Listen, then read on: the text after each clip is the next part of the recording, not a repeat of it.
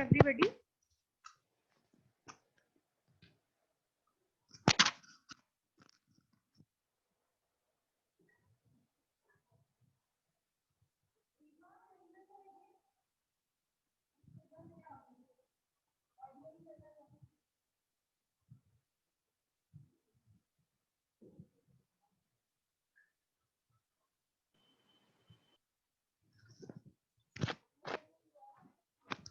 Am I audible to everybody? Yes, ma'am.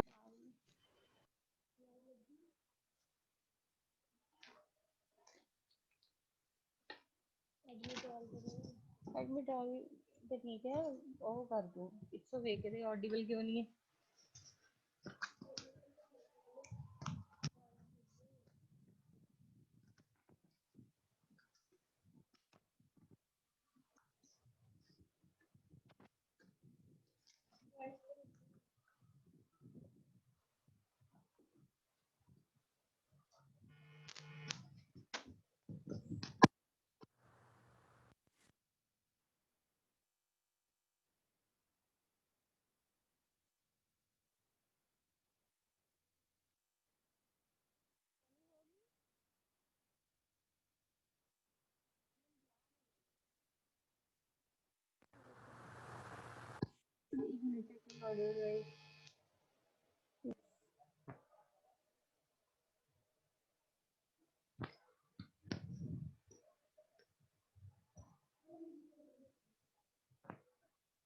पहला set करके जाया करो बड़ी देर दी मैं लगी हां 10 मिनट आ भी ट्राई कर दी भी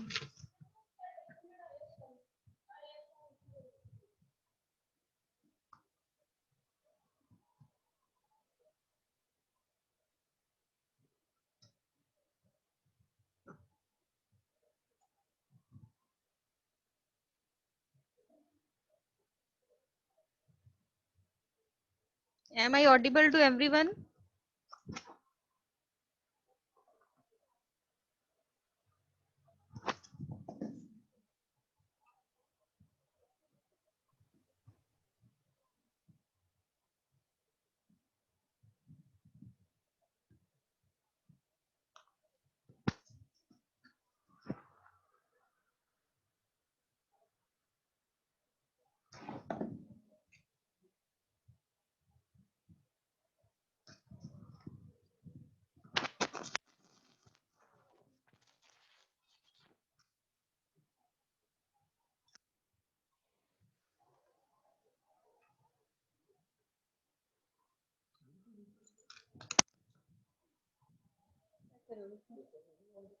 बच्चे ही तो कह रहे नहीं आ रही एक बार ना जब कोई टीचर ला के जाता ना तो जरूर चेक करिया करो बाद च ये पहला नहीं ना चेक हो सकती अगो बच्चे रिस्पॉन्स करनगे ताई चेक होएगी ना 10 दी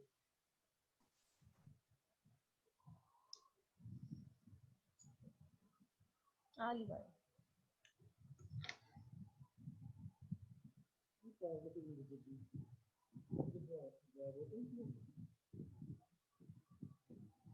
निक्की हुंदी है और तो दो ये कहाँ है ना एक्सटेंशन है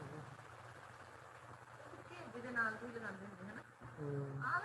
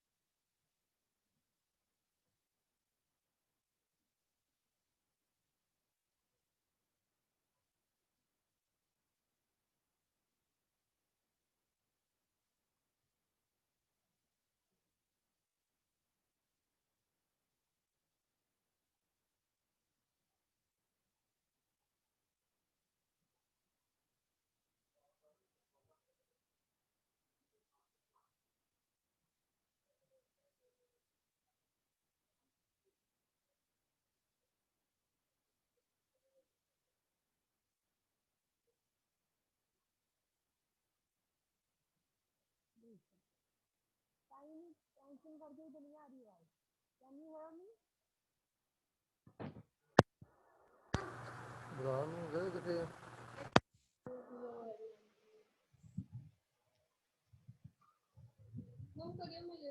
करते ਦਿੱਤੀ ਸੈਂਡ ਹੁਣ ਇਹ ਚੀਜ਼ ਤਾਂ ਫਿਰ ਐਕਚੁਅਲੀ ਇਹ ਚੀਜ਼ ਤਾਂ ਉਦੋਂ ਹੀ ਚੈੱਕ ਹੋਣੀ ਹੈ ਨਾ ਜਦੋਂ ਬੱਚੇ ਆਣਗੇ ਤੇ ਬੋਲਾਂਗੇ ਤਾਂ ਹੀ ਪੁੱਛਾਂਗੇ 10 ਵਜੇ ਤੇ ਚੈੱਕ ਕਰਨੀ ਸ਼ੁਰੂ ਕੀਤੀ ਮੈਂ ਕੈਨ ਯੂ ਹੀਅਰ ਮੀ ਇੱਥੇ ਤੇ ਸ਼ੋ ਹੁੰਦਾ ਹੈ ਇਨਪੁਟ ਲੈਵਲ ਹੁਣ Yes, ਆ ma'am.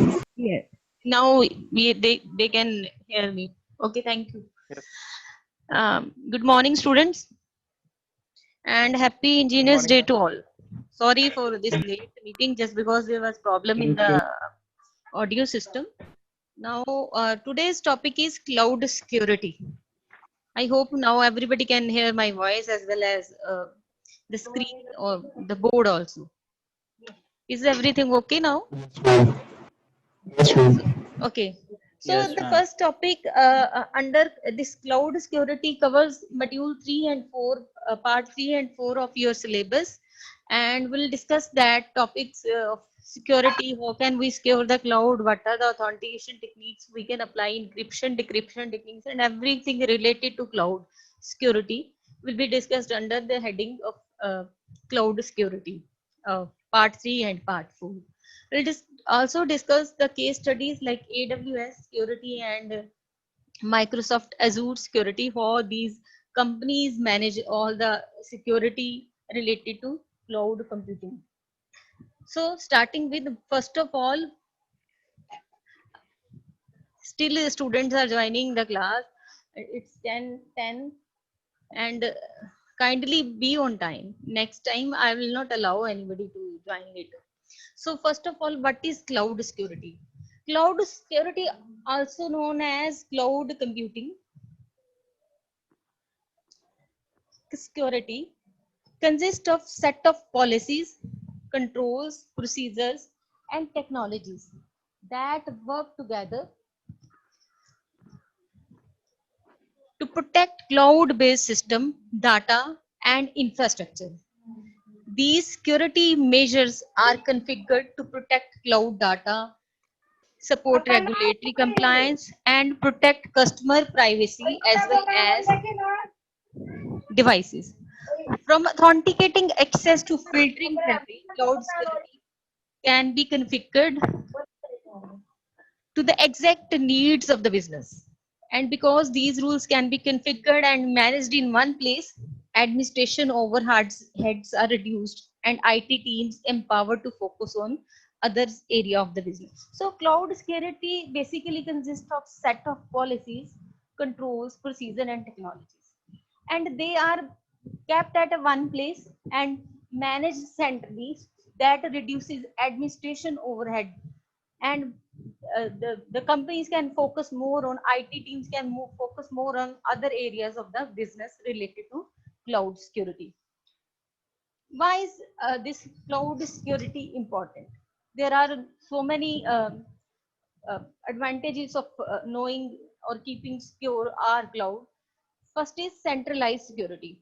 Just as cloud computing centralizes applications, in the same way we can centralize security also. Just as cloud computing centralize applications and data, cloud security centralized protection. Managing the entities centrally enhances traffic analysis and web filtering, streamlines the monitoring of network events, and result in fewer software and policy updates. Disaster recovery plans can also be implemented and actioned easily when they are managed at one place. Next, why this cloud security is important? It reduces the cost. Cost reduction is one of the factors. One of the benefits of utilizing cloud storage and security is that it eliminates the need to invest in dedicated hardware. Not only does this reduces the capital expenditure, as we are reducing the hardware, we are reducing the capital expenditure.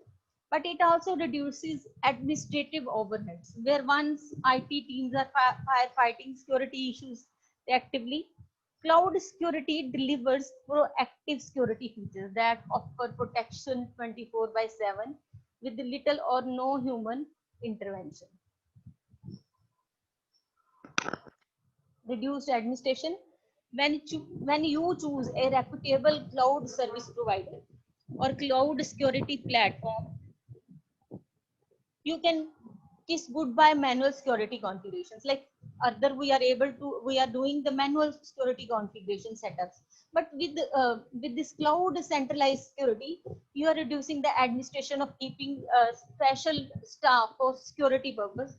That overhead will be reduced. The task can have a massive drain on resources. But when you move them to the cloud, all security administration happens in one place and is fully managed on your behalf. Reliability. Whenever we are dealing with cloud security, we feel that the system is more reliable as compared to the manual form of security. Cloud computing services offer the ultimate dependability. With the right cloud security measures in place, user can safely access data and applications within the cloud, no matter where they are or what device they are using.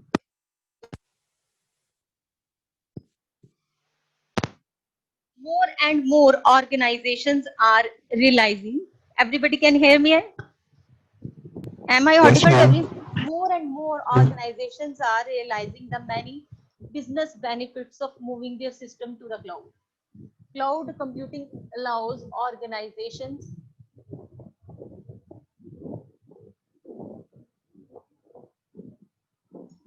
to operate at scale, reduce technology cost, and use agile system that can give them the competitive edge. However, it is essential that organizations have complete confidence in their cloud computing security, and that all the data, system, and applications in their cloud computing security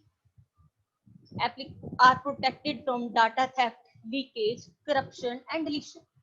Like all cloud models are susceptible to threats. IT departments are naturally cautious about moving mission critical system to the cloud, and it is essential that right security provisions are in place. Whether you are running a native cloud or a hybrid or on-premise environment, we know we have different types of cloud like private, public, community, and hybrid cloud, and we want to secure every type of cloud. So there may be some kind of set of policy that may be differentiating from one cloud to the another, but keeping reliability is the issue that is with the every kind of cloud uh, service model.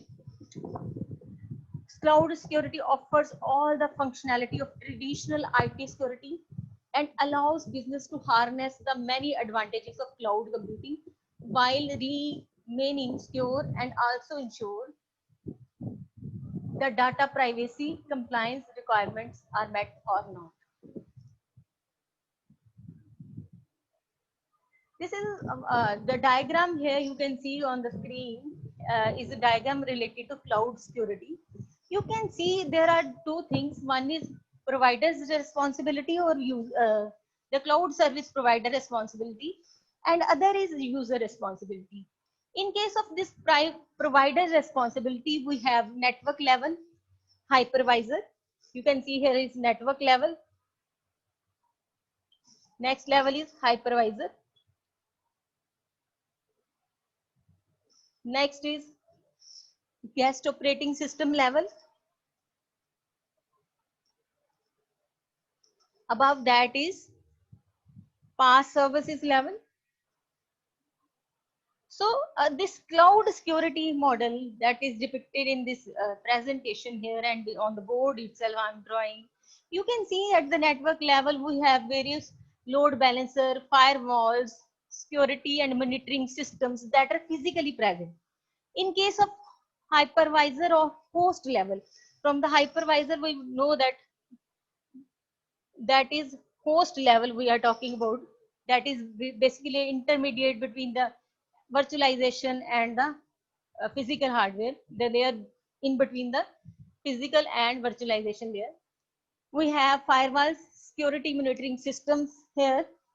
And at the guest operating system level, we need to set the firewalls, hardening and security monitoring systems. And after we have set all these things, we are with the virtual machine. At the guest operate, whenever we have installed the guest operating system, that means that we are now into the virtualized environment. And at that level, we can have a PaaS services. We can avail the PaaS services.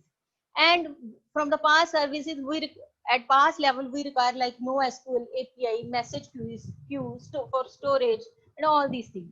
So this whole thing is the provider's responsibility. Why it is called provider's responsibility? This security, cloud security is provider's responsibility, because providing infrastructure, providing hypervisor facilities, guest operating system installation, providing the PaaS services are responsibility of the provider, like the AWS, or we can say Azure.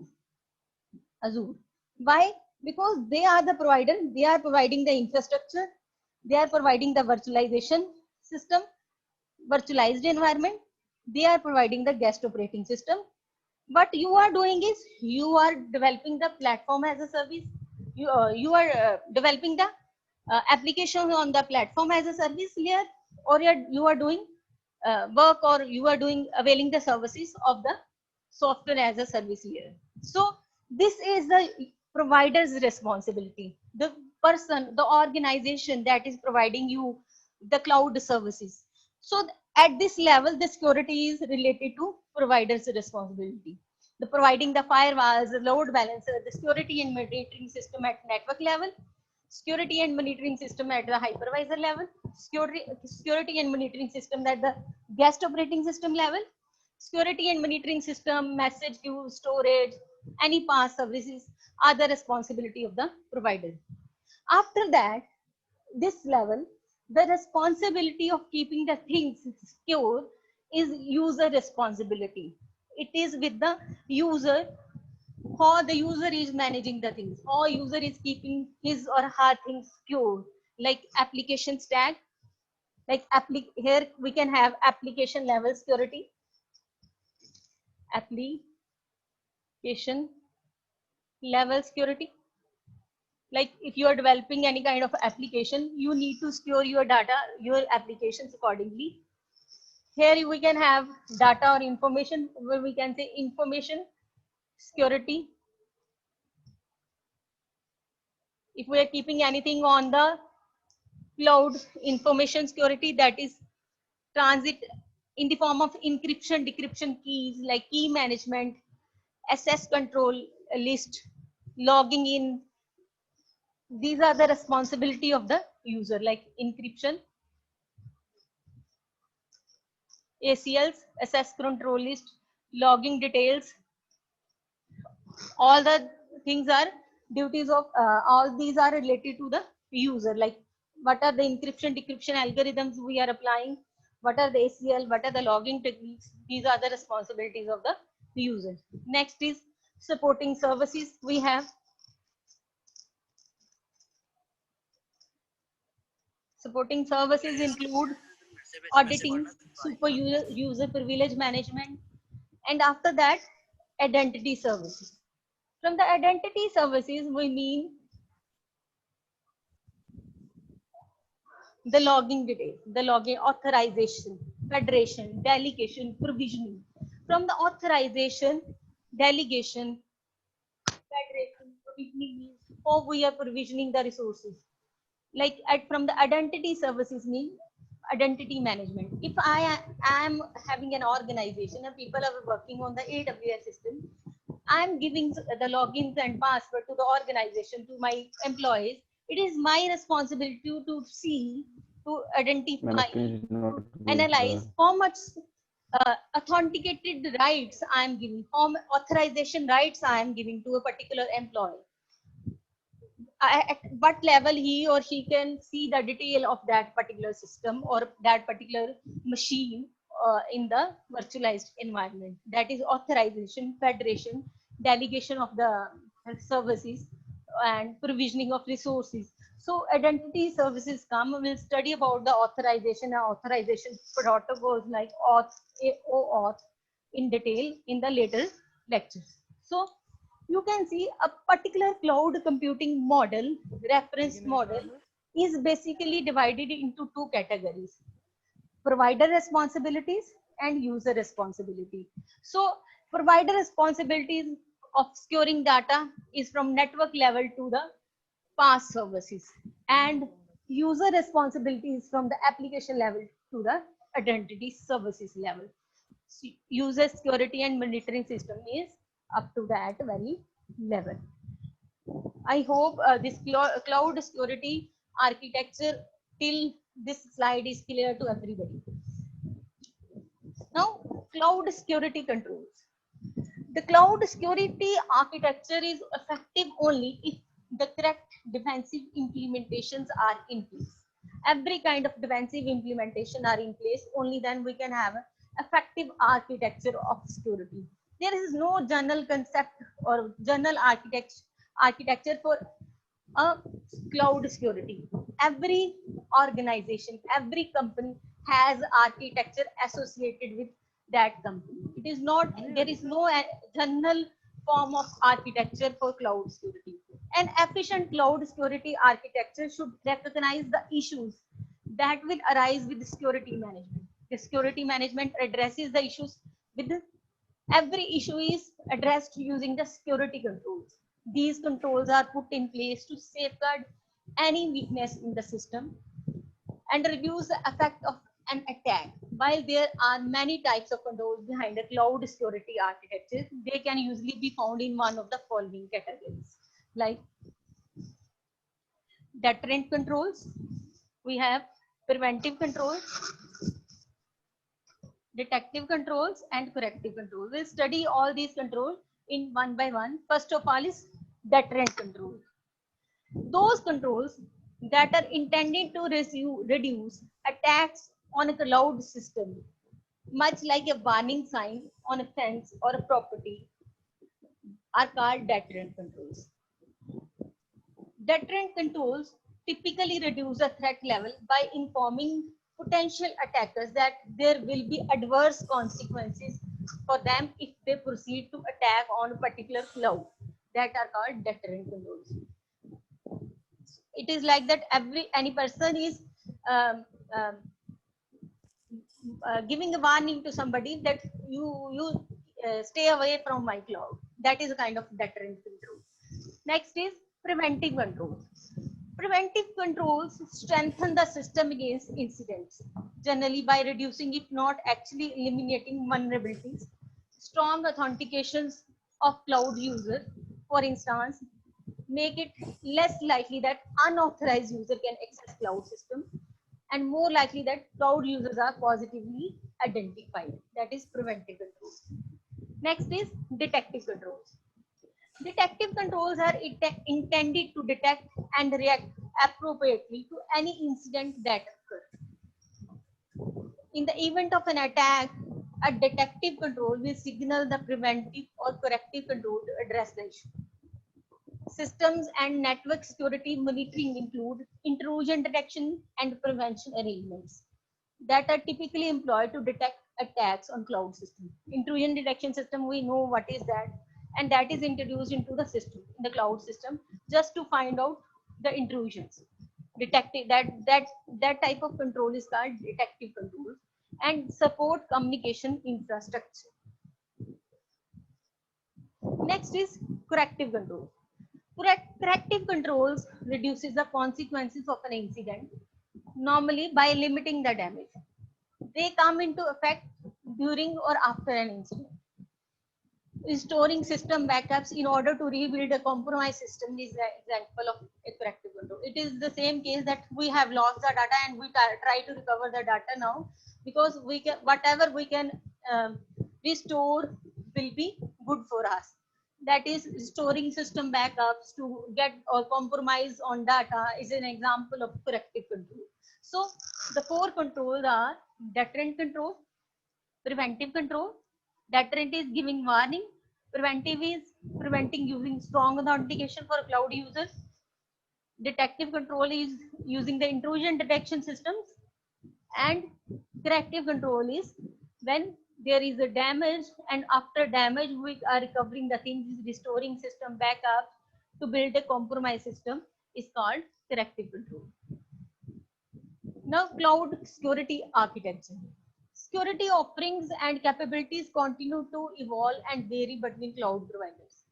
Hence, you will often discover that security mechanisms such as key management and data encryption will not be available. For example, the need for AES 128-bit encryption services for encrypting security artifacts and keys to a key management service. For such a critical services, we require internal security services. We are to rely on the internal security services. A hybrid cloud deployment architecture pattern may be the only viable option for such applications that dependent on internal services. Another common use in the cloud security architecture is single sign-on concept, and we usually do single sign-on concept. uh, like whenever there is a sign in to the particular website, it is asked that we can sign in through the Google Gmail ID, through Facebook, or any such ID. That is called single sign-on concept, and it is implemented with an enterprise and may not be extendable to the cloud application unless it is a federation architecture using the SAML. It is a protocol SAML 1.1 or 2.0 supported by the cloud service provider.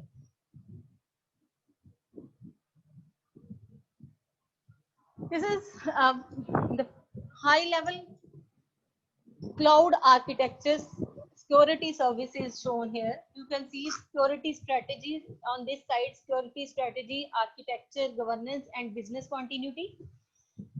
And on this side, identity access management services. Here you can see all the protocols: STS control, SSO stand for single sign-on, federation, STS, OAuth. These are the protocols that are associated with the identity management when you are logging into a cloud. And here you can see we have firewalls, APIs, CA, secure socket layer, encryption, key management, and logging. Security service infrastructure and security services application.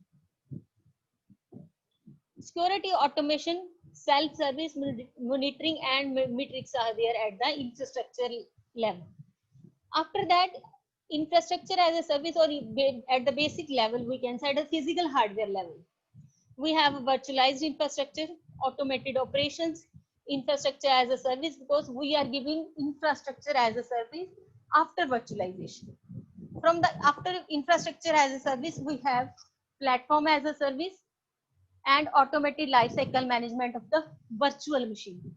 And we can here at this level we have developer centric fully managed model for our system. So in this way we can see the movement of the security: simple firewall APIs, application programming interface, CA, SSL, encryption, key management, logging. That is generally in the physical hardware. We know how can we do these things, like implementing firewalls and application programming interfaces, secure software layer, encryption at the hardware level, and key management.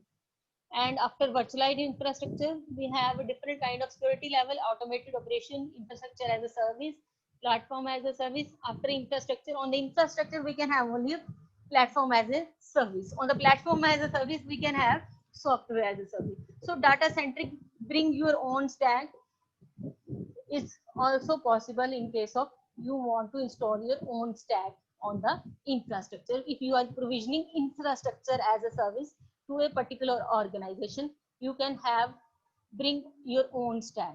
But if you are taking the stack of a service provider, it will be in the form of platform as a service, automated lifecycle management, and developer centric fully managed model. So this is high level cloud architecture or security service.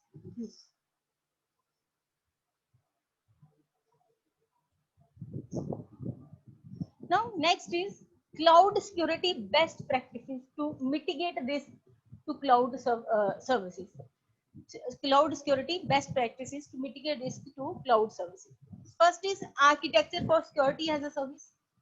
Application deployments in the cloud involve orchestration of multiple services, including the automation of DNS. From the service orchestration, we mean how we should manage everything in the multiple service environment, where to give the boost and where to take things backward, or to balance the load, network balancing, quality of service, automation of DNS. Managing all these things are called service orchestration. Security automation falls in the same category, which includes automation of firewall policies between the cloud security zones, provisioning of certificates for secure socket layer, virtual machine system configuration, privileged accounts, and log configuration. Application deployment processes that depend on security process such as firewall policy creation, certificate provisioning. Certificate provisioning means how, which will be allowed to access a particular cloud or particular kind of services. Key distribution and application. Pen testing should be migrated to self-service model. This approach will eliminate human touch points and will enable a security as a service scenario. Ultimately, this will mitigate threats to due to human errors, improve operational efficiency, and embed security controls into the cloud applications.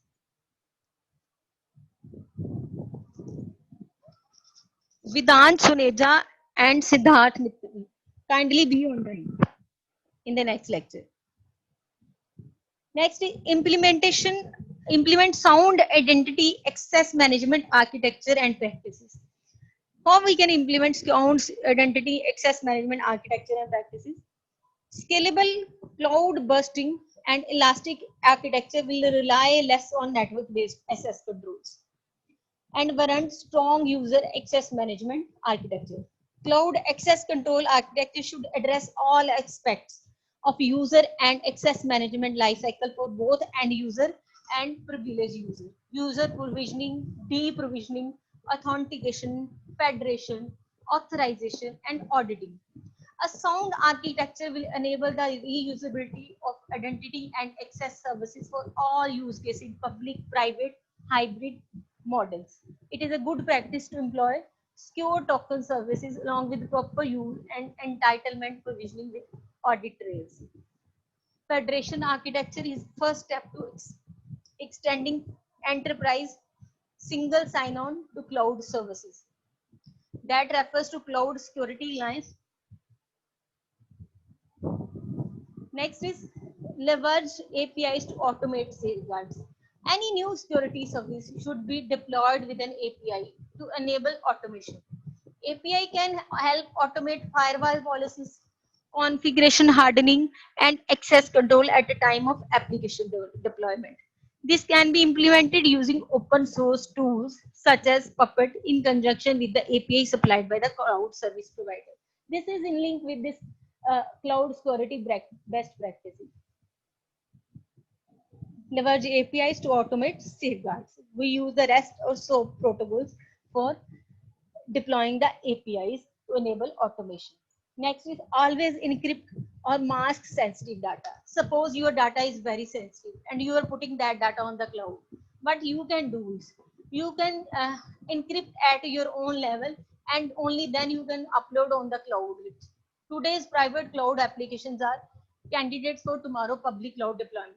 Hence, architect application to encrypt all sensitive data irrespective of the future operational model. So it is better to, you can encrypt the data first and then can save the data or can use the data on the cloud provision given to you or provision to you. Do not rely on an IP address for authentication services. Whenever you are securing your data, or the best practice in the cloud to secure your data is never to rely on a particular IP address for authentication services. IP addresses in cloud are ephemeral in nature. ephemeral in nature. So you cannot solely rely on them for enforcing network access control. Employees certificates to enable SSL between services deployed on cloud. You might have seen when you are using some particular government websites while transferring your data on the cloud or any kind of credit card or debit card you are using, they that things are being checked through a particular kind of certificate, a secure certificate system to enable SSL between services deployed, so that we can see we are the trusted person from which the info, the data, or the money is being received and transferred between the various persons or person to organization. So we cannot rely only on the particular IP address. We need authentication, and authentication is through employing certificates in the cloud environment. Log. Application should centrally log all security events, and data will help in create an end-to-end transaction view with known repudiation characteristics.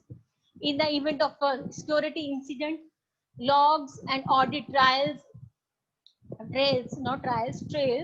are the only reliable data leveraged by forensic engineers to investigate and understand how an application was exploited.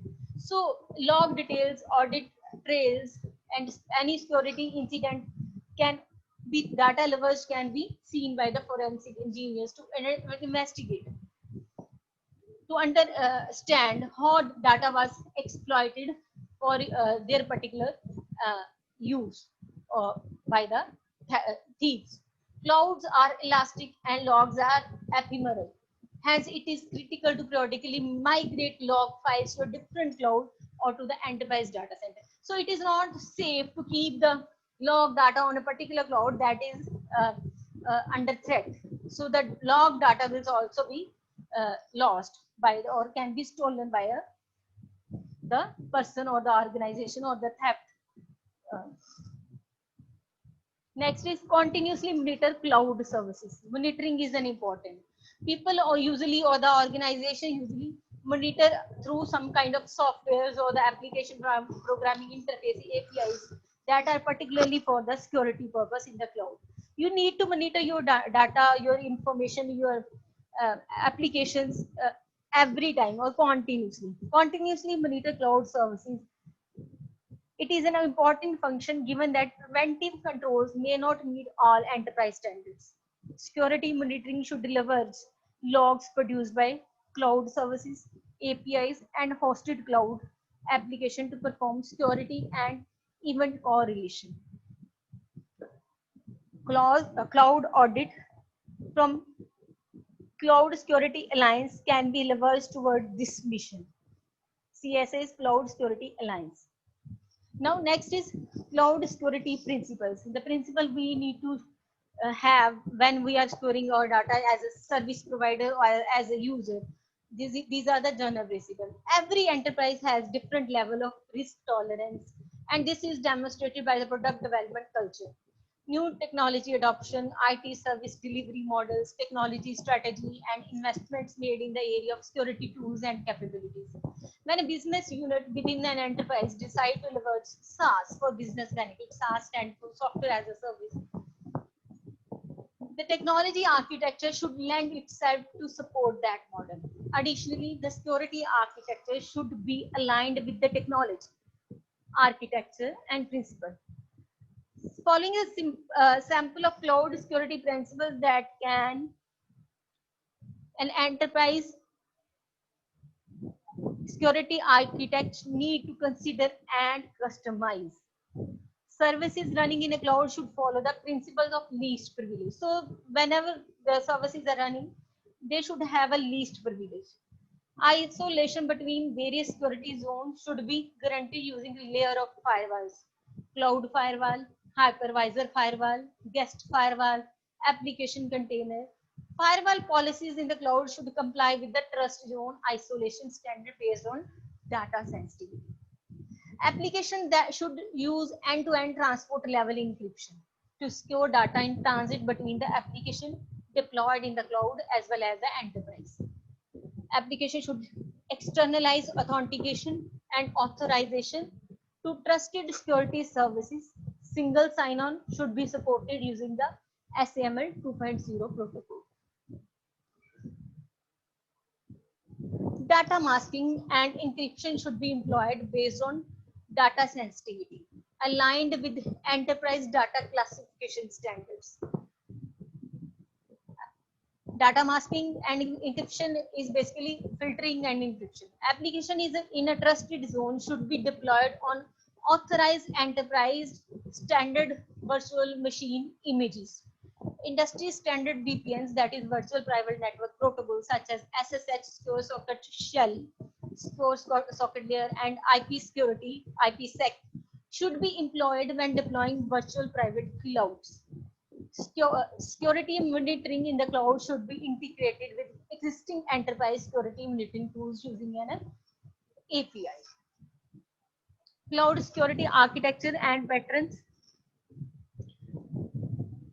Architecturing appropriate controls that protect the CIA of information in the cloud can mitigate cloud security threats. Security controls can be delivered as a service by the provider or by the enterprise or by a third party provider. So security to a particular kind of cloud can be provided by the provider, can be delivered by the provider or by the enterprise or a third party provider. Security architectural patterns are typically expressed from the point of security controls. We have studied the controls, technology and processes.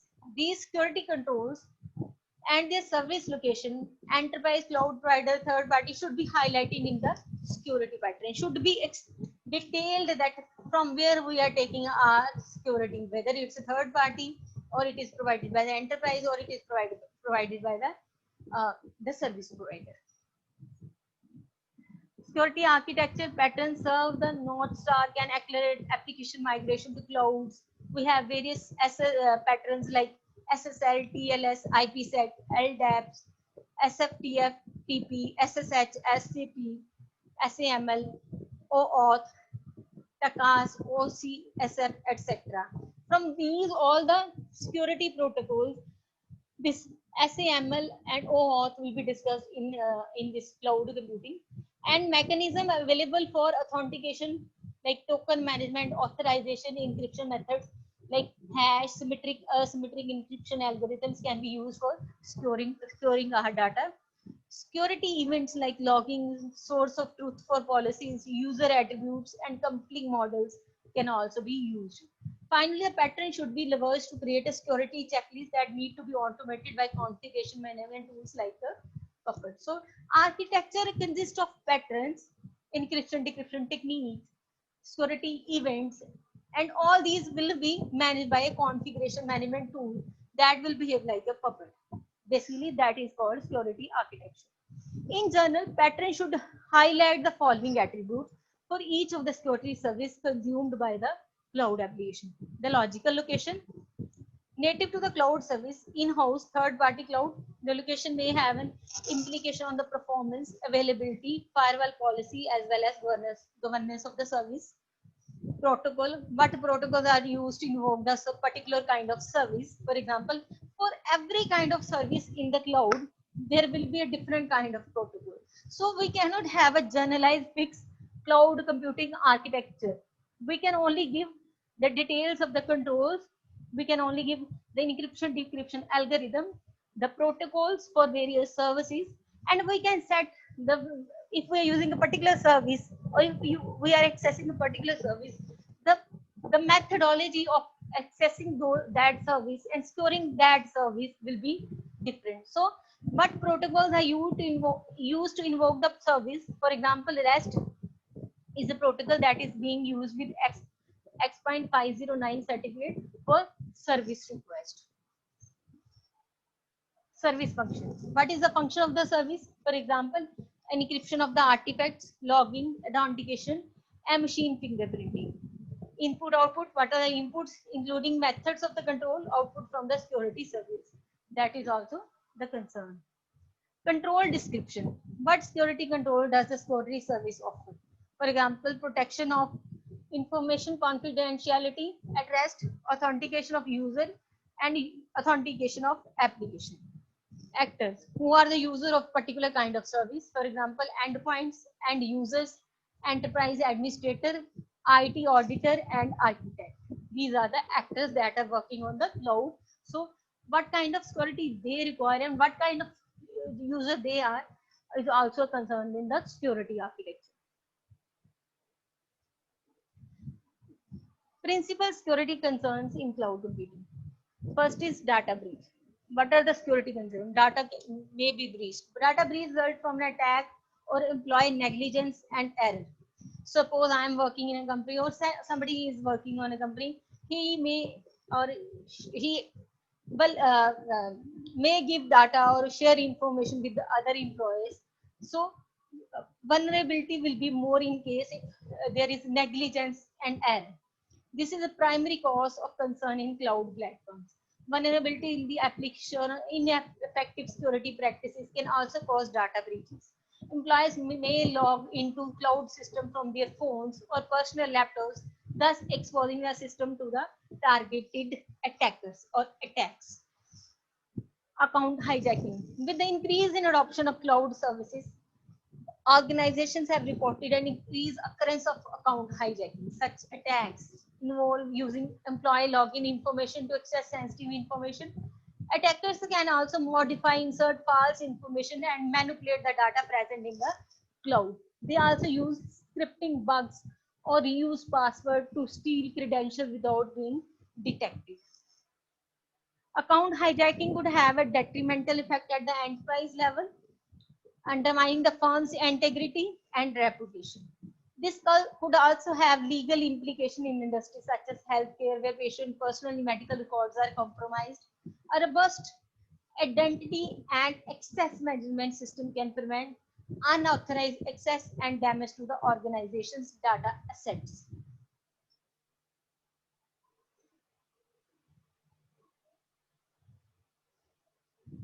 Insecure APIs interfaces.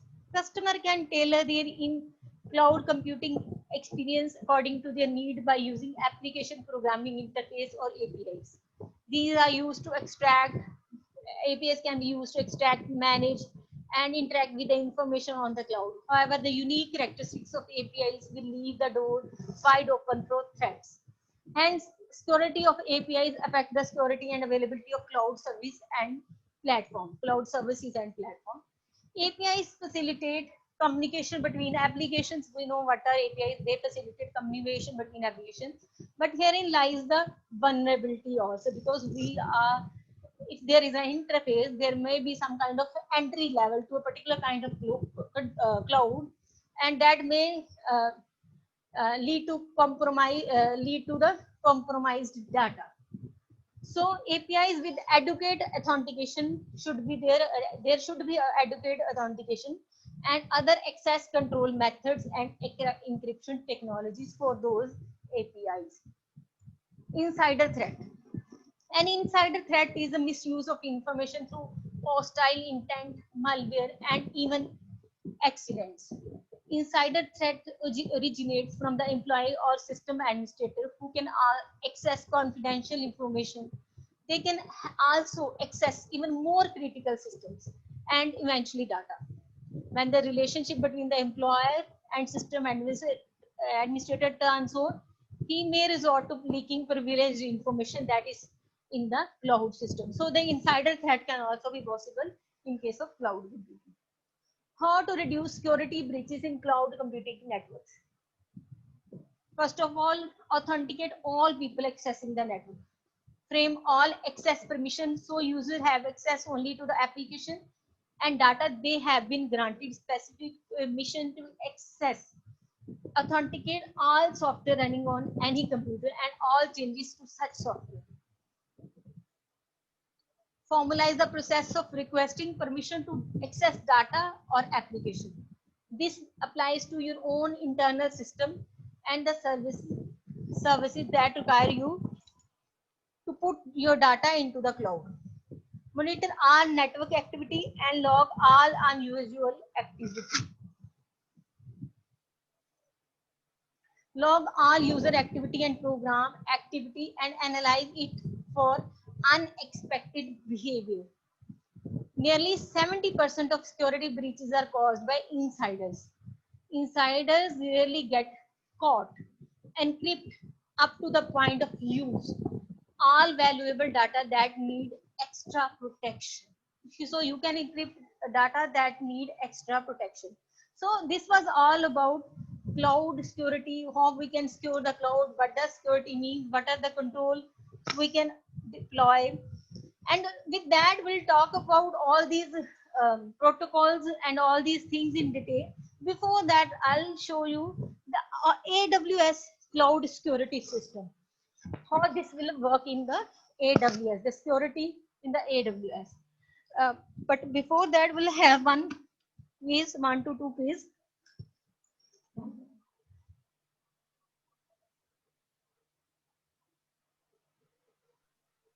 Answer these questions.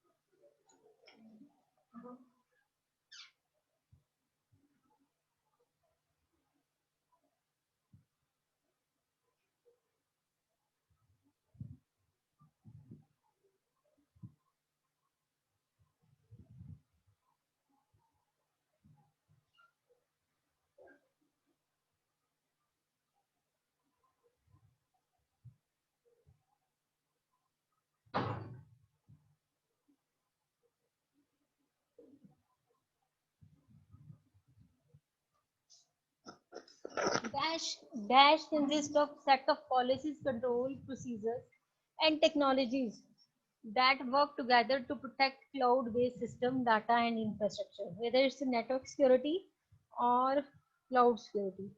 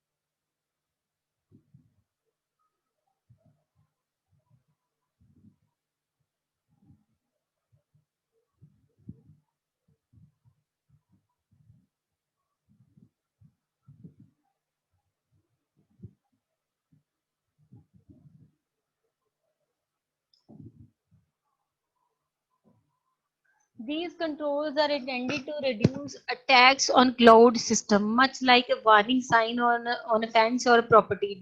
Deterrent controls typically reduce the threat level by informing potential attackers that will be adverse consequences of them for them.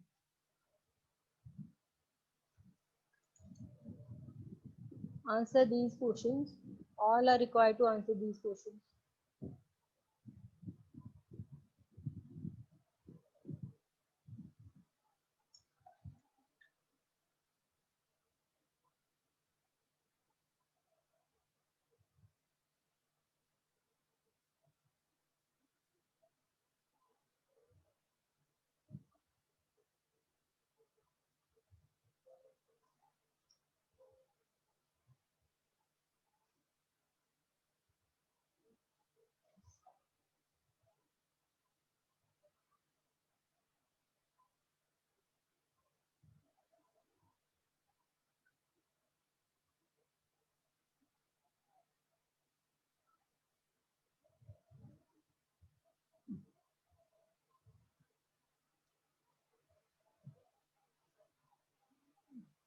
I'm ending this poll in 5 seconds.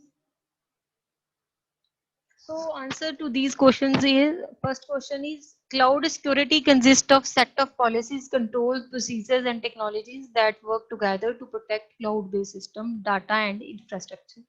Next is these controls are intended to reduce attack on a cloud system, much like a warning sign on a fence or a property. Deterrent controls. Answer is deterrent controls typically reduce the threat level by monitoring potential attackers that will be adverse consequences for them. So these were answers to the questions. Now there is another quiz related to cloud security. Here it is. Answer these questions.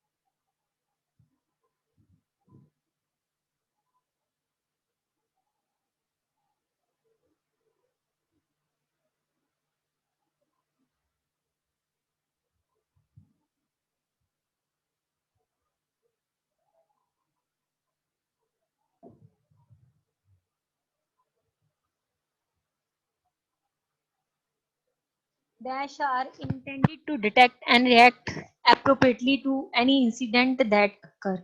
In the event of an attack, a detective control will signal the preventative or corrective controls to address the issue. Whether it's a detective control or corrective control, next is Dash can help automate firewall policies, configuration hardening, and access control at the time of application deployment, whether it's APIs or BPIs. Answer these questions.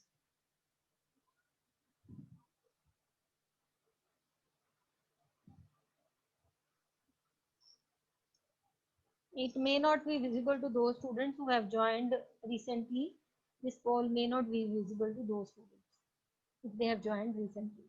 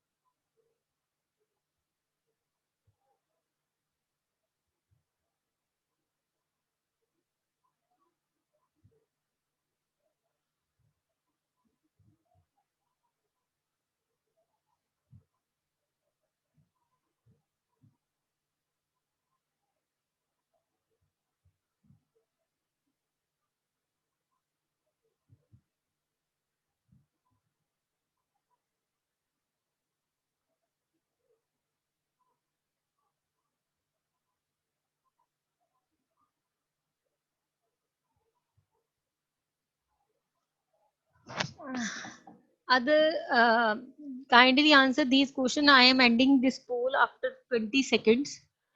So everybody is to answer these questions. All must answer these questions. Kindly be on. Kindly respond fastly. Ma'am poll show नहीं कर रहा है. This will not be shown to those students who have joined recently just because they may get disconnected and now they have joined again. It will not be shown to those students. Kindly wait. We'll see whether it's possible or not.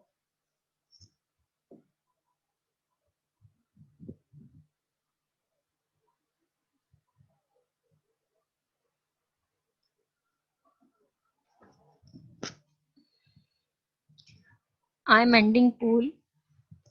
So, detective control are intended to detect and react appropriately to any incidents that occur. In the event of an attack, a detective control will signal the preventative or corrective controls to address the issue. Dash can help automate firewall policies. That is, APIs can help automate firewall policies, configuration hardening, and access control at the time of application deployment.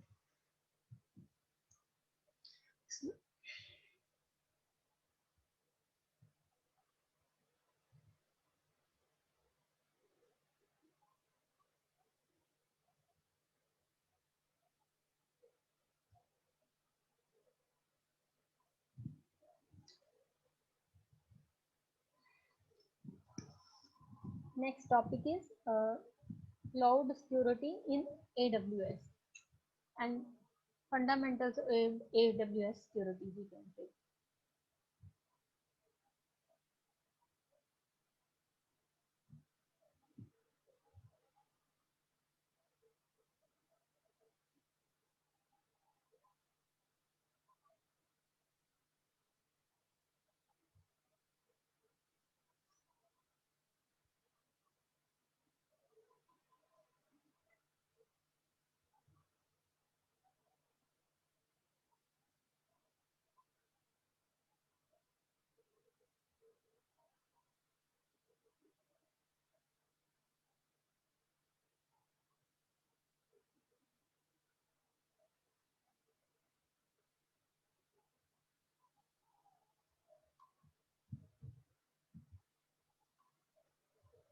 So in Amazon Web Services, how data is stored and what are the various policies, how they frame the security for various services is shown in this presentation. You need to remember that the the various services that are connected with the security of the AWS, because AWS, the Amazon Web Services are the services, the security policies, everything related to AWS is in your syllabus. So you need to remember every kind of service that is related to security, storage, compute, or any such services in the AWS. So moving ahead,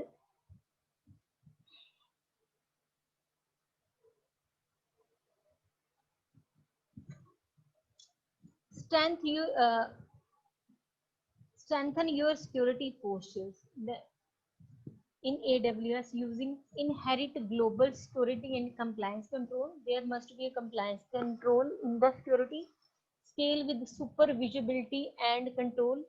Highest AWS provides highest standards for privacy and data security. It automates with deeply integrated security services and provide largest network of security partner solutions in the world.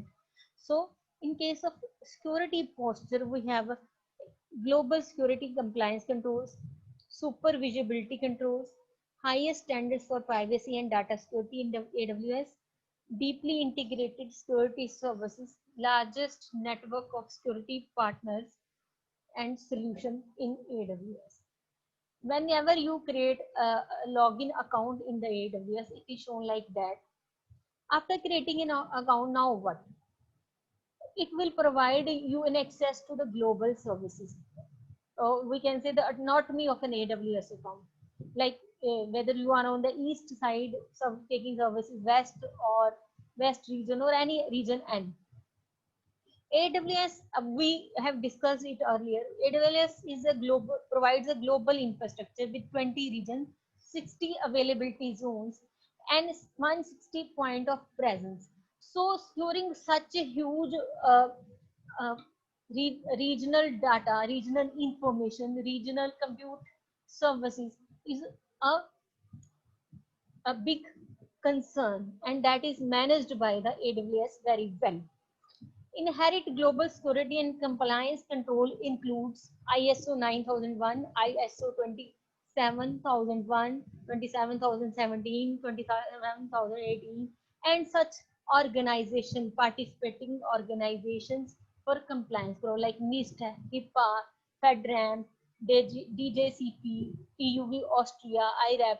These are the security compliance that are present, that are in in connection with the AWS for security in the AWS. AWS compliance program. Compliance certifications and attestations are assessed by a third party independent auditor and result in a certification, audit report, or attestation of the compliance. AWS compliance includes compliance alignments and frameworks, published security or compliance requirement for a specific purpose, such as specific industry or function. AWS provides functionalities such as security features and enablers, including compliance playbooks, mapping documents, white papers, and for these type of programs. Accessing AWS compliance reports. AWS compliance report includes AWS artifacts, on-demand access to AWS compliance reports. You can read the compliance reports. Globally available. These are the compliance reports that are globally available. Easy identification of theft, quick assessment, continuous monitoring, and enhanced transparency. So these are the parts of the AWS security artifacts. In a region, there will be a virtual private cloud and the various facility or services that are given by the provided by the cloud. These are the services. That AWS is a shared responsibility model. In the shared responsibility model, you can see here, this is the AWS here, and these are the responsibility of the user or the customer. As this diagram is quite similar to the diagram I have shown you in the previous generalized security model architect in the starting of the lecture. So in the case of AWS, this part is AWS security responsibility, and this part is responsibility of the customer. You can see AWS global infrastructure. The global infrastructure includes availability zones, regions, and edge locations. On that infrastructure is a setup of compute services, storage services, database services, and network services. AWS is responsible for the security of the cloud. Customers are responsible for the security and compliance in the cloud. These include client-side data encryption. Client-side means on the customer side data encryption. Server-side data encryption is provided by the server. Network traffic protection, operating system, network and firewall configuration that we have deployed. Platform application identity and access management at the for the customer or the customer contents. So AWS means shared AWS security means shared responsibility architecture. Shared responsibility model. Here you can see the deeper view of the shared responsibility model that includes the AWS responsibilities like facilities, physical security, providing compute and infrastructure, storage infrastructure, network infrastructure, virtualization layers, hardened service endpoints, and rich IAM capabilities. IAM stand for identity and access management capabilities. On the other hand, customer responsibility include network configuration, creating security groups, operating system firewalls, operating systems, applications, proper service configuration, authorization network and access management, authorization policies. These responsibilities of the AWS and these responsibilities of the customer will lead to formation of these services, securing of the data in the using the compliance standards. Scope of responsibility depends on the type of service offered by AWS. So we cannot say there is single security method for all the services. It depends on service to service in the AWS. Understanding who is responsible for what is critical to ensuring your AWS data and system are secure. We have customer responsibility in the cloud in the form of infrastructure services, container services, and managed services. In the infrastructure services include data, customer identity and access management, AWS identity and access management, applications, operating system, network firewall. Container services includes data, customer and customer identity and access management, AWS identity and access management, firewall. Managed services, what we are managing is we are to manage the data and we are to manage the AWS is need to manage the AWS identity and access management. In short, your data is your data and you decide who can access it. So AWS security solution provide identity, detective control, infrastructure security, data protection, and incident response. In the identity includes the AWS identity and access management that includes single sign-on concept, directory services, Cognito, Amazon Cognito, organizations, secret manager, resource access manager. So in this way, identity management is possible in the AWS security solution. Next is detective control. AWS Security Hub provides the detective control, Amazon Guard Duty, AWS configuration, config, AWS Cloud Trail, Amazon Cloud Watch, and virtual private cloud flow logs are the some of the services. These are the AWS config, Amazon Guard Duty, AWS Security Hub, Cloud Trail, Amazon Web Cloud Watch are the services that help in the detective control of the your data. Next is infrastructure security. In the infrastructure security, we have AWS system managers, AWS Shield, AWS WF web application firewalls, AWS firewall manager, Amazon inspector, Amazon virtual private cloud.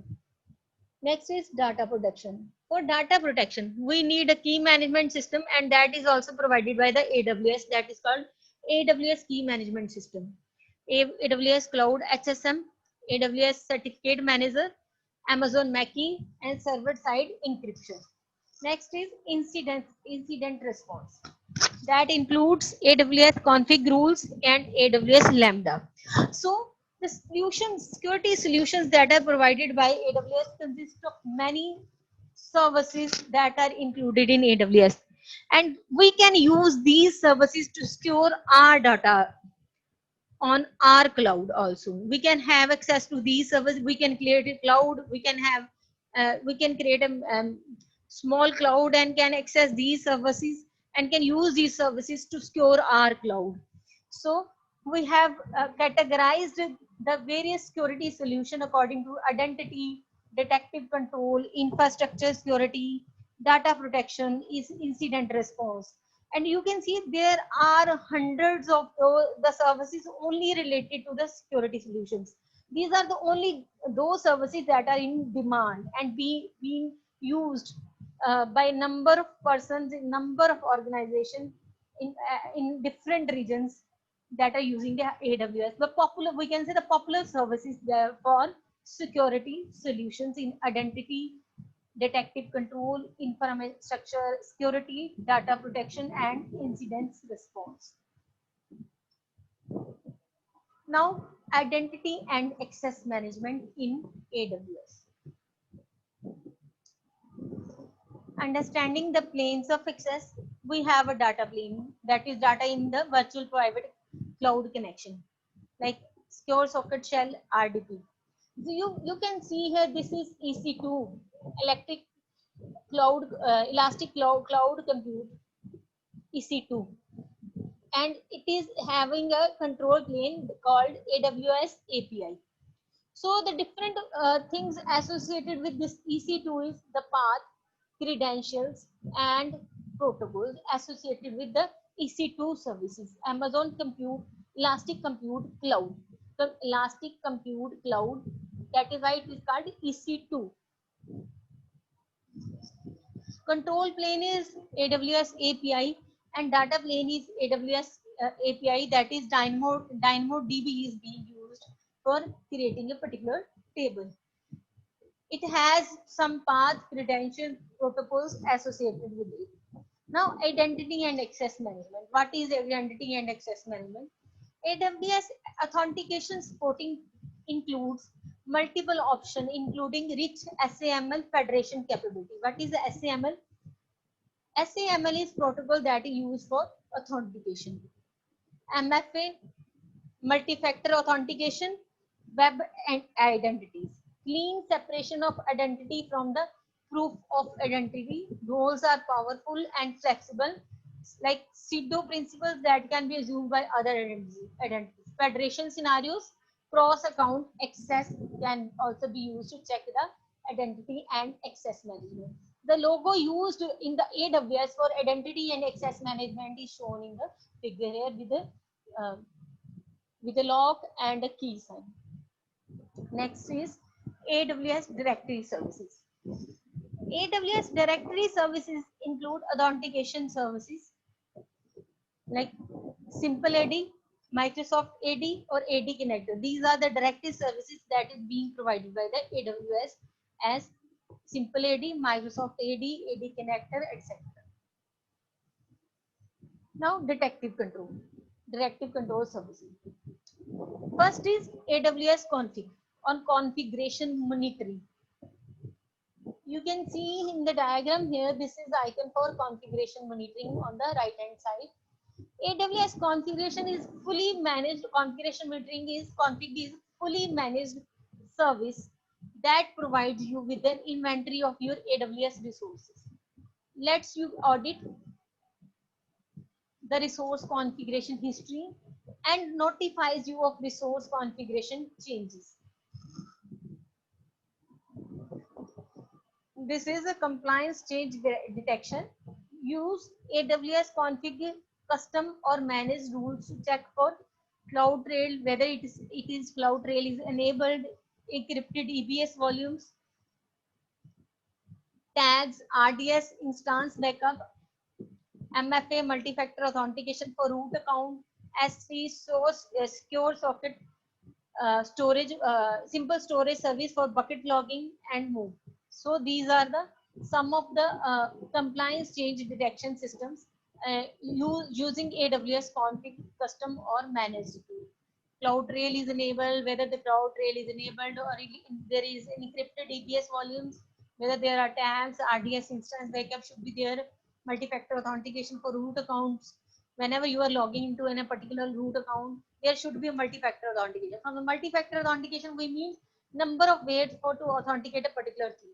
Not a single way to authenticate. There may be more than one way for multi-factor authentication. That is like I am doing a kind of retina scan as well as fingerprint scan for logging into a particular kind of service. So both will be used. Only a single retina scan or single thumbprint will not be used. There should be a multiple factor authentication system, simple storage, bucket logging, and more. Amazon Guard Duty. This is one of the services used for seeing malicious or unauthorized behavior. Amazon Guard Duty is a managed threat detection service that continuously monitors for malicious or unauthorized behavior to help you protect your AWS account and workloads. Guard Duty monitors unusual API calls, potentially unauthorized deployments that indicate a possible account compromise, potentially compromised instances or reconnaissance by attackers. Intelligent threat detection with Amazon Guard Duty. So this works like this. Amazon Guard Duty, we know this, we have studied in the previous slide here. It is a managed threat detection service that will continuously monitor for malicious or unauthorized behavior to help you protect your AWS accounts and workloads. So first of all, the Amazon Guard Duty will be there. That is for threat detection service and continuously monitor unauthorized behavior. Enable the Guard Duty, continuously analyze DNS logs, VPS flow logs, or cloud audit, CloudTrail logs. It will intelligently detect threats. Guard Duty combines managed rule sets, threat intelligence for AWS security and third-party intelligence partners, anomaly detection, machine learning to intelligently detect malicious or unauthorized behavior. And if you find that some unauthorized behavior is, what action you can take is in the take action window. So these are some of the steps that are there with the Amazon Guard Duty threat detection system. This works like Amazon Guard Duty will detect in the form of this way. Enable Guard Duty with a few clicks in the console, monitor all your AWS account without additional security software or infrastructure to deploy or manage. You can only enable this Guard Duty service. from the console. It will monitor all your AWS account without additional security software. It will continuously analyze DNS logs, VPC flow logs, CloudTrail logs. It will find out account activity at a scale, provide broad and continuous monitoring of your AWS accounts. It will intelligently detect threats, combined managed rule sets using combined managed rule sets, threat intelligence from AWS security, and third-party intelligence partners. And after finding out the threats, it can take the action accordingly using the trigger AWS Lambda for automated remediation or prevention system. AWS Lambda is also cloud security services provided by the AWS. Next is AWS Security Hub overview. It includes Amazon Guard Duty, Amazon Inspector, Amazon Mackie, conducting automated compliance checks and taking action. It works like this, like first of all, this will be inspected and finding using the Amazon Guard Duty, this will happen together. And after this, continuously aggregate and prioritize finding from AWS and partner security service, highlight the emerging trends or possible issues in the Amazon. After this, conduct automated compliance check, use industry standards like the CSI AWS Foundation benchmarks. After finding this, you can take actions such as sending to ticketing, chat, email, auto remediation via CloudWatch events or Lambda integration. So the AWS Security Hub is basically quickly assessing your high priority security alerts and compliance status across AWS accounts in one comprehensive view. Next is AWS Security Hub automated assessment versus standards. So you can see here, this is Center for Internet Security, CIS. 43 fully automated, nearly continuous checks can be deployed, and this using CS AWS Foundation, we can have 9% of rules can be compliant. 39 non-compliant rules, 4 compliant rules are there. Failed 0.0, warning 0.0, and passed is 5 rules. They are passed. So this is automated assessment versus standards. Standards are AWS standard for security, and automated access includes the security hub. Now the trusted advisor of AWS. Security configuration checks of your AWS environment. You can security check using the open ports, unrestricted accessing, CloudTrail login, S3 bucket permissions, multi-factor authentication, password policies, DB access risk, database access risk, domain name server records, and load balancer configurations.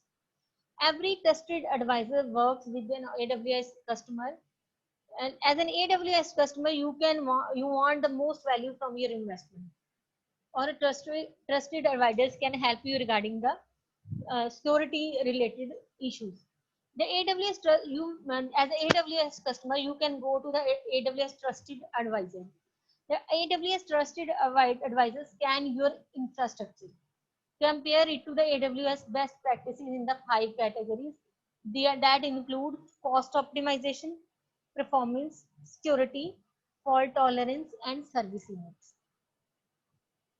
Cost optimization, if there any investigation recommended, it will recommend. Performance, it will include the problem detected or not. Security, if there is any security issue, it will take an action according to the recommendation. Fault tolerance, it will check your system for fault tolerance. If no problem detected in work, it will work in that way. And service limits.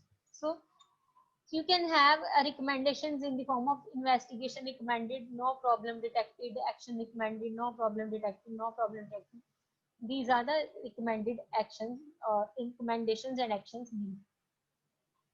Detective control, logging, and auditing. Before moving further, we'll have one poll here.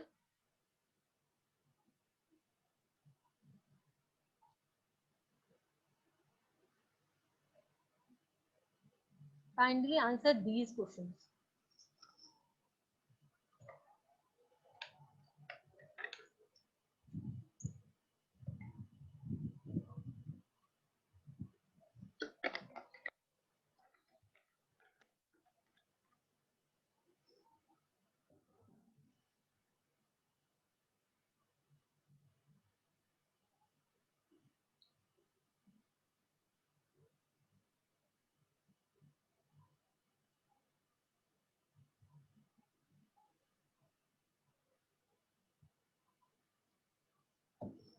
Dash in clouds are ephemeral in nature, so you cannot slowly rely on them for enforcing network access control.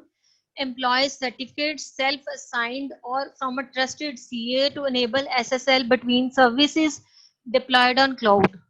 Another is with the increase in adoption of cloud services, organizations have reported an increased occurrence of dash, whether it's a CSA or account hijacking.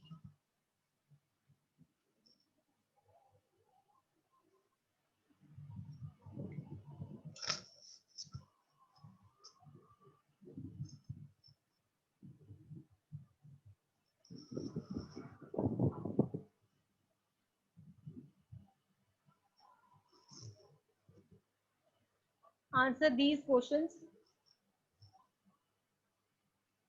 Dash in clouds are ephemeral in nature, so you cannot slowly rely on them for enforcing network access control. Employ certificates self-signed from a trusted CA to enable SSL between services deployed on cloud, whether it's Hello. APIs or IP addresses.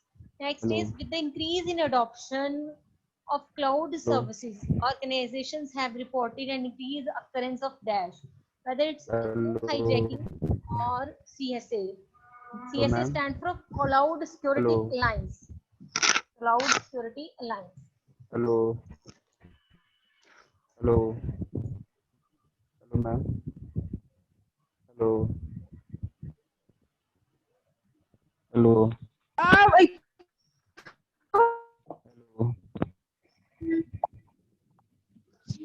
It's on the Hello, ma'am.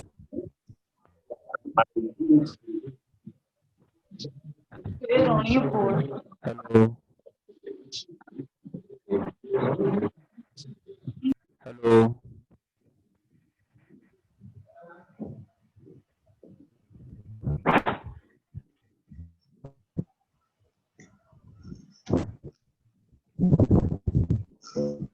I'm ending this poll in 5 seconds. Last 5 seconds. Hello. Answer to the first question is IP addresses in clouds are ephemeral in nature, so you cannot slowly rely on them for enforcing network access control. Employ certificates self-signed or from a trusted CA to enable SSL between services deployed on cloud. Next is with the increase in adoption of cloud services, organizations have reported an increased occurrence of account hijacking. So that was the answer to the second question. I'm sharing the result Hello. you have answered. So moving further, detective control, logging and auditing in AWS.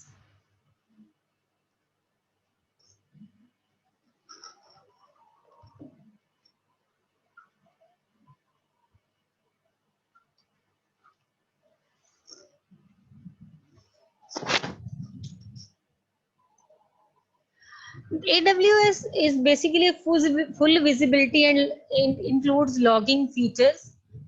From the full visibility of your AWS environment, you need to have a cloud trial that will record access to API calls. That this cloud trail will record access to API calls and save logs in your S3 bucket. Or no matter how those API calls were made, who did what, when, and from where. So this will help you to find out who did what, when, and from where, which IP address.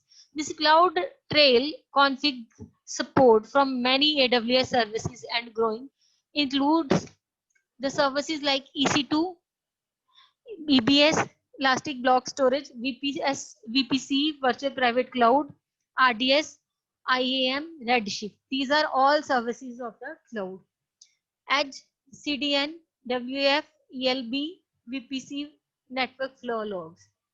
Easily aggregate all log information and raise CloudWatch alarms whenever there is a, a theft or any kind of information lost. Out of the box integration with the log analysis tool from AWS partner include as Splunk, Alert Logic, and Sumo Logic. Tracking of your user activity and API usage with the AWS Cloud Trail. We have AWS Cloud Trail that is basically for finding out, or we can say keeping user activity and finding the API usage. First of all, the steps are like capture, store, act, review. In the capture, record activity in the AWS services as well as AWS Cloud Trail events. After this storage, after the capture, include the storage, capturing and storage. Store. AWS Cloud Trail delivers event to the AWS Cloud Trail console, Amazon S3 bucket, and optionally Amazon CloudWatch logs. Now next is act. Use Amazon CloudWatch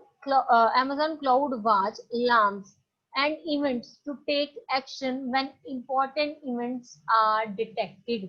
So CloudWatch is a service that is particularly for raising alarms and taking actions when important events are detected. And after action, there is a review.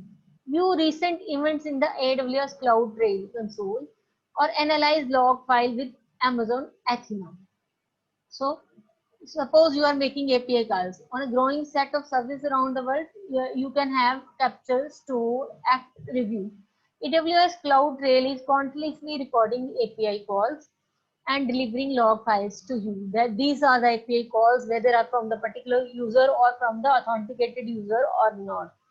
So this is a we can say tracking of user activity and API usage with the AWS Cloud Trail. It will lead to compliance auditing, operational troubleshooting, security analysis, and automatic compliance remediation. Amazon Cloud Watch. You can see here this is represented with a icon here, CloudWatch icon. CloudWatch provides visibility and metrics into every aspect of your AWS environment. Metrics are actionable and can give you notifications, can run code, etc. So the various metrics in the AWS include EC2, RDS, ELB metric. Many services are included in those metrics.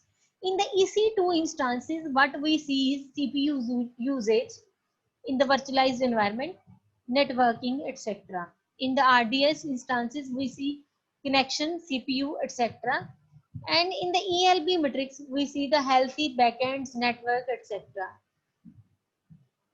There is support for custom metrics also in the Amazon Cloud Watch.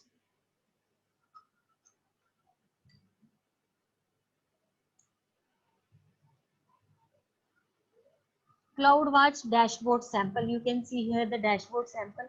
CloudWatch, how this CloudWatch will work. You can see the ELB request count, how there are number of request counts. And here you can see EC2 CPU utilization. This is shown here how EC2 CPU utilization is there. How much CPU utilized in the particular EC2. General overview of EC2 instances and database mode details at CloudWatch by service. VPC flow logs, virtual private cloud flow logs. This includes agentless enable per ENI per subnet per VPC. You can see the flow logs per subnet per VPC. Log to AWS CloudWatch logs, create log watch matrix from log data. You need to create a log watch matrix. You can base alarm on those matrix. Here you can see that this represent AWS accounts, and this represent the detail of those IP addresses, protocol, source code, and source IP, and every detail related to that. Here this is shows the interface. This represent the source IP, and this represent the destination IP.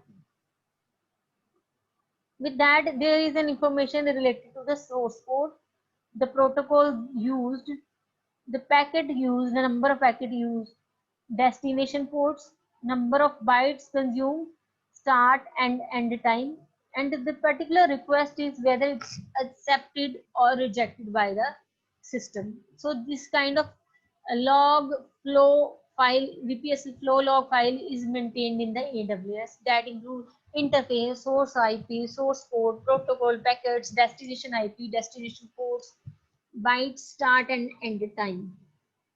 Now next is infrastructure security. Infrastructure security includes network isolation with the virtual private cloud. That can be done using defining your own IP address space with networks, subnets, routing.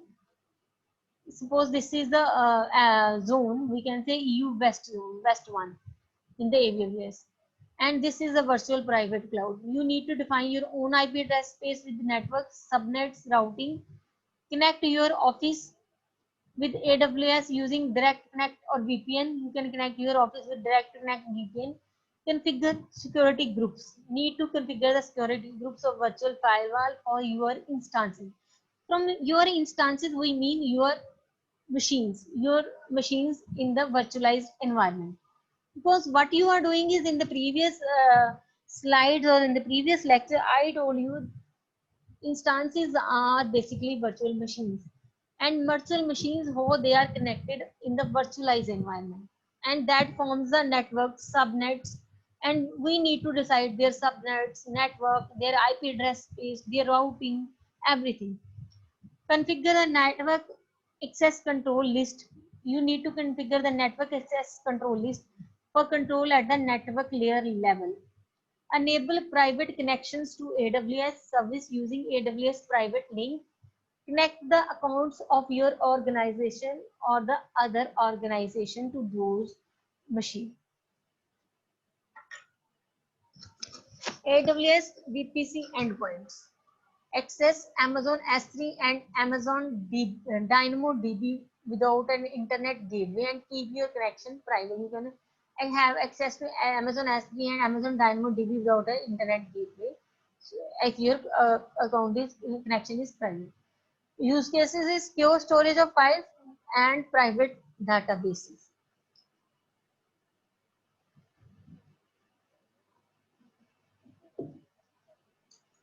AWS Shield Standard and Advanced. So in the AWS infrastructure security, we have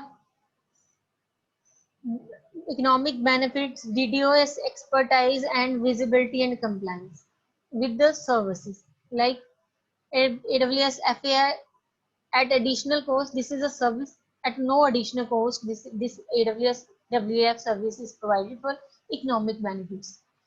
AWS Firewall Manager at no additional cost. Cost protection for scaling is possible. In the visibility and compliance, we have CloudWatch, Matrix, Attack Diagnostic, Global Threat Environment Dashboard. In the DDoS expertise, we have built-in DDoS protection for everyone, enhanced protection, and 24/7 response in response team.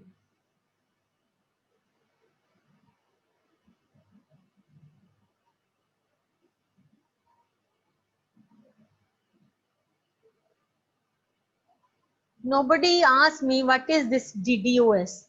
This is distributed denial of service basically, and is managed by AWS Shield. For protection, this is basically a protection service that safeguard application running on AWS Shield standard, and it defends against most common frequently occurring network and transport layer. Distributed denial of service is called DDoS expertise. Distributed built-in DDoS, distributed denial of service protection and response. AWS Shield standard include layer 3 by 4 protection for everyone and layer 7 protection available via AWS WAF. Nobody asked me about AWS WAF. WAF. It is web application firewall. AWS web application firewall that helps protect your web application or API against common web exploits that may affect availability. So this is web application firewall. Layer 3 by 4 protection for everyone include automatic defense against the most common network and transport layer, distributed denial of service attacks for many AWS resources in any AWS region, comprehensive defense against all known network and transport layer attack when using Amazon CloudFront and Amazon Route 53. This is networking service, that is Amazon Route 53. SYN floods, UDP floods, inflection attacks in the AWS Shield standard. In the AWS WF Web Application Framework, it includes self-service and pay-as-you-go flexible rule language. AWS Shield Advanced. There is AWS Shield and Shield Advanced. Shield Advanced provides enhanced protection, that is detection and mitigation. It is basically associated with Layer 7 attack detection system that includes HTTP floods, DNS query floods, baselining and anomaly detection, enhanced Layer 3 attack detection. And it mitigates pro-priority packet filtering stacks, pre-configured mitigation according to the resource type, customer-defined mitigation, traffic engineering for large DDoS attack, distributed denial of service attacks, and network access control list executed at the border of EIPs. Amazon Inspector. This is one of the service that is used for Amazon security. It includes vulnerability assessment. It is basically a vulnerability assessment service built from ground up to support development security operations, automated data via APIs, integrates with the CI/CD tools, on-demand pricing models, static and dynamic rule packages, generating findings.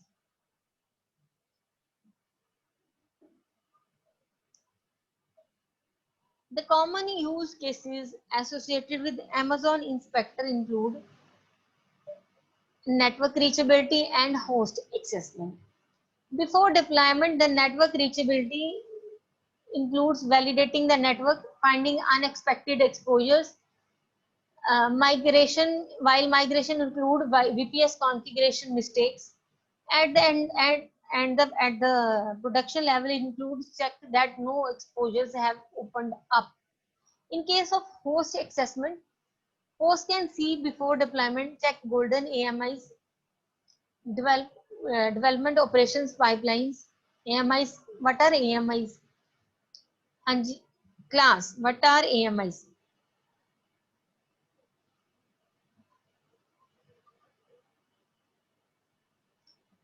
AMI stand for Amazon Machine Image. Check for software changes, host assessment. New vulnerabilities can also be checked while there is a migration.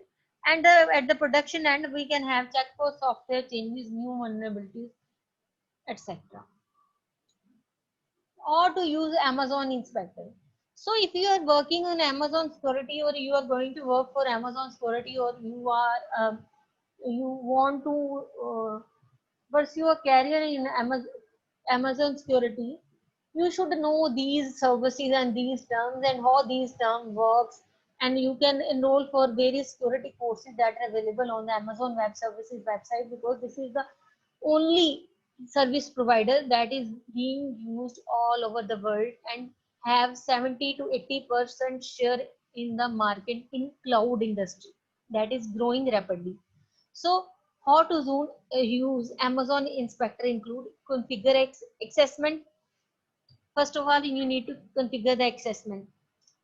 Then run that assessment. Find out the vulnerabilities, resource affected, and recommendation, and take action accordingly for those vulnerabilities. Next is penetration testing for your AWS environment.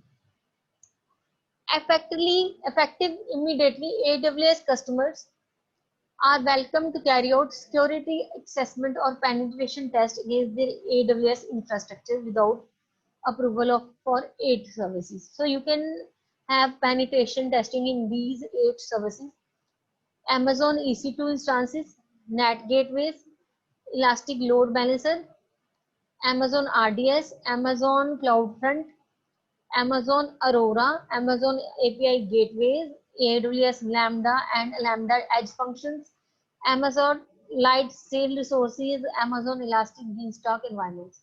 You need only to remember a single or 2 services in every category, whether you are talking about EC2 services, whether you are talking about RDS, or whether you are talking about CloudFront services. You need not to remember every kind of service, but these are some of the services in the Amazon that can be used for penetration testing. Data privacy and encryption in Amazon. Data protection in transit and rest. So whenever we talk about cloud computing data, the data can have 2 forms: data in transit and data at rest. So when you want to encrypt your data in transit means when you are transferring your data, we can have SSH secure shell, VPN, IP security, SSL, secure socket layer, or TLS. But whenever we are encrypting the data at rest, that include disk data, file system security, database security, and object kind of security. So there are different parameters for different type of security of data in the AWS architecture, whether data is in transit or whether data is at rest. For data that is in transit, we have AWS Certificate Manager Service that provision trusted SSL TLS certificate from AWS for use with the AWS resources. Elastic Load Balancing, Elastic Cloud Front Distribution. AWS handles the MUC, key pair, and CSR generation, managed renewal and deployment, domain validity through email, availability through AWS Management Console, AWS Command Line Interface, or APIs. When the data is in transit, you can use AWS Certificate Manager. At rest, we can have 2 services. One is called AWS Cloud HSM and other is AWS Key Management Service. And these are the icons shown here. This is AWS Cloud HSM. This is Key Management Service. AWS Key Management Service, KMS, is basically managed service that simplifies creation, control, rotation, deletion, and use of encryption keys in your applications. Integrated with many AWS services for server-side encryption. Integrated with AWS Service Client, SDKs, S3, DynamoDB's encryption SDKs, EMRFS services. It is integrated with CloudTrail to provide auditable logs of key usage for regulatory and compliance activities, and is available in all commercial regions except China. This key management. AWS Cloud HSM. This is also related to data at rest, Cloud HSM. Dedicated access to HSM appliances. HSM located in the AWS data center, managed and monitored by AWS. Only you have to access your keys.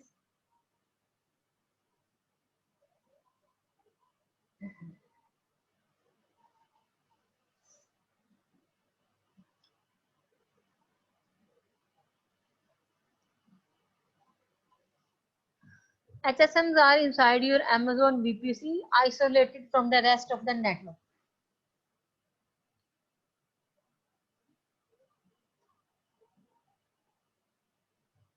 Set up right from the console. You can see Cloud HSM. It is managed by using AWS administrator, manages the appliance, and you as a customer can control keys and crypto operation. This is virtual Amazon virtual private cloud shown here. So this is AWS Cloud HSM, hardware security module.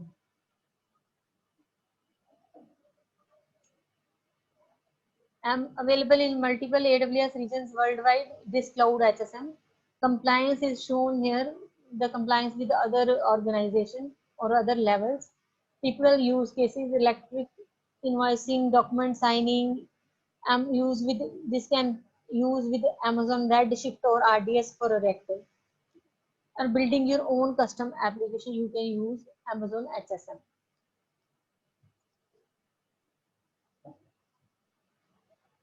Now there is we'll have poll here and we'll move further.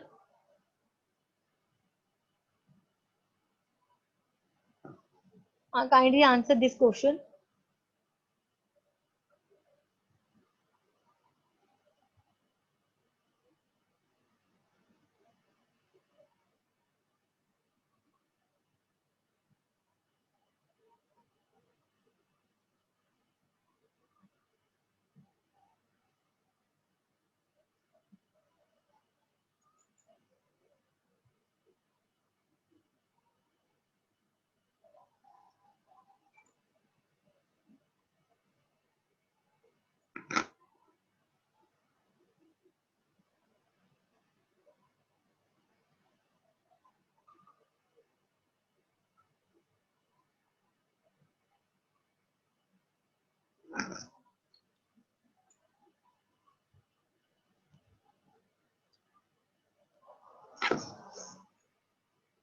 Kindly answer this question last 20 seconds.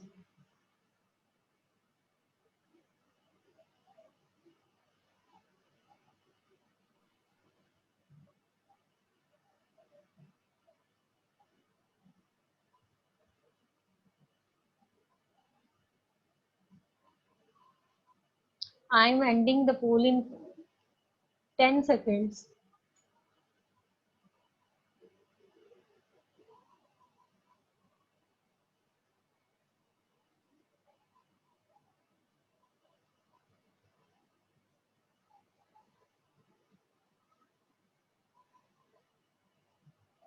So answer to this question is true.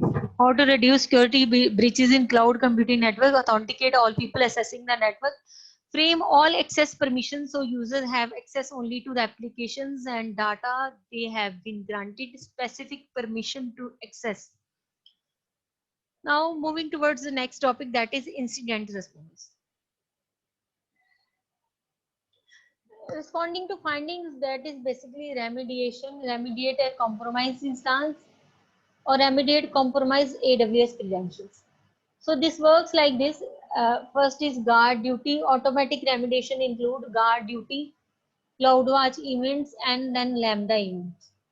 Amazon guard duty can things is guarding duty will detect, CloudWatch event will report, and the Lambda will take the action. So guard duty is detecting for CloudWatch events is for reporting and the Lambda is for acting. So this way that we can have automatic remediation system, guarding, reporting, and acting while before the data is lost. And these are the services. Amazon Guard Duty is one service, CloudWatch other, AWS Lambda is the third service that is active. Largest ecosystem of this AWS is largest ecosystem of security partners and solutions. You can see for infrastructure security we have these partners. This AWS has. We don't have AWS these partners. For identity and access control, these are the partners. For configuration and vulnerability analysis, these are the partners: Cloud Checker, Cloud Passage, DOM, Evident, Policies, Redlock, Savient, ThreatStack, Turbot, Longate and Benedict, Sumo Logic, Splunk, and Allen Vault. AWS scoring is job. This is job 0. Thank you. This was all about AWS security. So I think I have covered all the topics now, and I am ending this lecture here, and will